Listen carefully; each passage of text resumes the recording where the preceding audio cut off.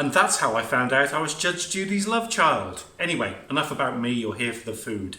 I fancy a takeaway tonight, but sometimes they just use such generic ingredients for each of their types of curries.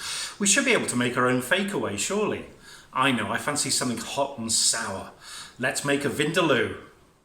Why pay for a takeaway when you can make a curry easily at home? If you're a spicy food lover like me, you need to give your taste buds a treat and try this amazing Vindaloo recipe. It has everything a fiery food lover could want. Flavour, heat, sour and spiciness. Pure satisfaction. Here's the ingredients list. I'll put a copy of these down in the comments below so you can copy. So let's crack on with step one. In here I've got all of our marinade ingredients, notably the white wine vinegar or the cider vinegar, which is what I'm using here, and that's going to tenderize the meat. And also I'm using kind of Kashmiri chilies, which are quite hot chilies, but also it gives it that classic kind of reddy orange look. But any chili flakes will do, to be honest, as long as they're hot and red, they'll do perfectly fine in this dish. So my meat, I'm just using pork here, and I'm using a little fattier pork, just because that kind of renders down nicely.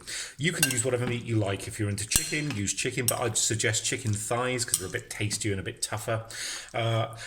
Another popular kind of meat that they'd use is duck, to be honest with you, but be it lamb, be it beef, be it pork, which is traditionally, as this is a Goan dish, what would be used. Once our marinade ingredients has been well incorporated, now for those of you who know me and know my cooking, I like to get my hands in, clean hands to this particular chili. I ain't doing that, so I am actually using a spoon just to mix it all. I want to make sure they're all nicely coated, and this is a non-metallic bowl because this needs to be now covered and chilled, and I don't want any kind of metal kind of taste coming out because of course the acidity in here is quite high, and that's the idea because it's designed to break down the meat. So I think that's all nicely covered now, and this is going to be the base of this kind of sour hot sauce that we're going to use. So I'm going to cover this in cling film, put it in the fridge, leave it at least 3 hours. If you can do it overnight, that would be brilliant, and that's exactly what I'm going to do. So I'll see you in the morning. Morning. Well, it's definitely morning here. I've got my coffee, so I'm a happy boy. And we're going to finish off our lunch, basically, which is going to be our Vindaloo. So first thing I've got is my oil heating up. Maybe the oil's not quite ready yet, but for the star of the show, here is our fantastic pork in this case, which has been marinated overnight. I can smell as I took the foil off the aroma of that kind of vinegar and spice, and my mouth has literally started watering now. A lot of people think curries are difficult to do. They have a lot of ingredients. I think that's ready now. Let's turn that down to medium. And what we're going to do is take our chili and our onion. In they go. And I'm just going to soften those just for 5 minutes or so. I've cut the chili quite large just because there's already a lot of heat involved in this, involved in the marinade. So for my guests, I don't really want them to have their mouth blown off. So I've kept these quite large so that people can eat around them if they need to. And these are quite hot chilies. So a lot of people think curry's difficult, when in fact there's usually just a marinade stage and a make stage. And it really doesn't take that much time if you take the kind of marination time out of this. There might be a few ingredients, but some of the best curries just simply have 5 or 6 spices. So I'm just going to keep moving these around now, letting these soften through for another few minutes. We don't want the onions to brown, but we do want them to kind of soften and go translucent. Here we go. Next step is an easy one.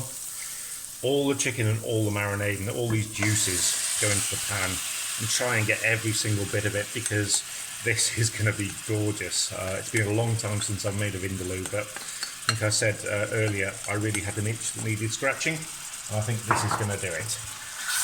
And I'm now going to might up the heat a little bit just because that's kind of cooled the pan down a little bit. I'm just going to keep now these mixing. I want, it'd be great if the meat browned a little bit, but with this marinade you never know. We're going to keep it moving for 6-7 minutes, just so that the pork starts to cook through. Obviously, most of the cooking will be later on when it's left to bubble away. But let's get this nice and hot and start to get these cooking. It's been 5 or 6 minutes, and you can see that the meat is firmed up, that the marinade has gone into a thick sauce, and you can probably see there's been a colour change maybe on the pork as well. It's time for our liquids now, and what I'm going to add in is kind of half a cup, 3/4 of a cup maybe. I'm using chicken stock, but by all means, if you just want to use water, if you don't have stock available, don't worry about it. It'll turn out just as good. I like using stock in things like this because I think it gives a base flavour, but not essential. In goes our tomato paste, just to give it a little bit more tomatoey, and love the colour change there. And the next thing we're going to add is just a good couple of pinches of salt and pepper. So, come on pepper, good couple of pinches of pepper. Here goes our salt. Now I'm going to be a little bit cautious with salt because, as you know, as I've added stock, stock contains salt already. So if you add water rather than stock, you might want to add a little bit more salt than I have just here. But I think it's true to say we're going to taste this a little bit towards the end, and we can alter the salt content there if we need. So always good to taste before it's ready, just so you can alter the final kind of seasonings. So I'm going to let this now come up to a good bubble. Pop the lid on with just maybe a little bit at the side to allow some evaporation, and probably 20 minutes I'm going to let this bubble with just an occasional stir every now and again just to move the meat around, but this now 20 minutes we'll come back and maybe reduce the sauce a bit. So this has been bubbling away for 20-22 minutes now. Let's have a look at this, shall we?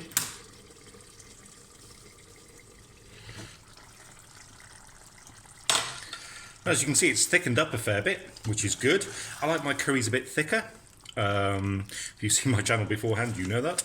So I'm going to let this bubble away with the top off now, maybe for another 5-10 minutes. I'll just keep looking at it. This is all cooked now. There's nothing wrong with serving this if you'd like more liquid curries. But I'm just going to render this down a little bit more so it's a nice thick clinging sauce. So let's give it another 10 minutes. And looking at how cloying this sauce is, I think that's just to my taste. And if you like this Fakeaway recipe, here's a link to our other curries in our playlist.